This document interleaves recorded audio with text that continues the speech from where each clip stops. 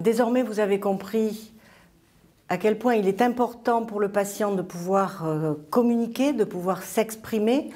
Et donc, je vais vous parler un petit peu plus avant de la conception de Clin d'œil à la vie. Clairement, il existe d'autres dispositifs qui fonctionnent très bien à détection rétinienne.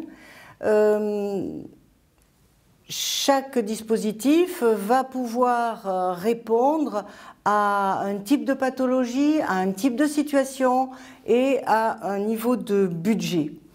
J'ai testé moi-même et j'ai vu j'ai analysé quelles étaient les difficultés que l'on pouvait rencontrer avec les différents outils. Tout d'abord, bien entendu, dans les services hospitaliers, les EHPAD, les soins intensifs ou autres, on ne dispose généralement pas de matériel pour répondre aux besoins des personnes qui vont être dans cet état de Lock-in syndrome pour simplement quelques jours. Et pourtant, cela s'avère extrêmement nécessaire. Donc, j'ai analysé ce qui existait actuellement. Je les ai recontextualisés dans la réalité qui était la mienne au moment de cette pathologie, ce qui m'a permis de définir quels étaient les impératifs absolus à la conception de cet outil et de cette méthode Clin d'œil à la vie.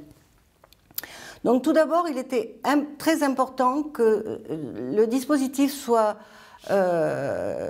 très simple d'utilisation et qu'il puisse être utilisé dès la survenue des symptômes, afin que lors de cette période d'angoisse très importante, nous puissions répondre aux questions des patients.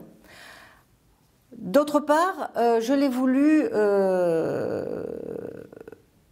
accessible à tout le monde, que tous les interlocuteurs du patient puissent se l'approprier de telle sorte qu'il ne se retrouve pas simplement en relation avec une des personnes de son entourage, mais qu'il puisse avoir une ouverture vers le monde, vers l'ensemble de ses relations ou des professionnels qui sont près de lui.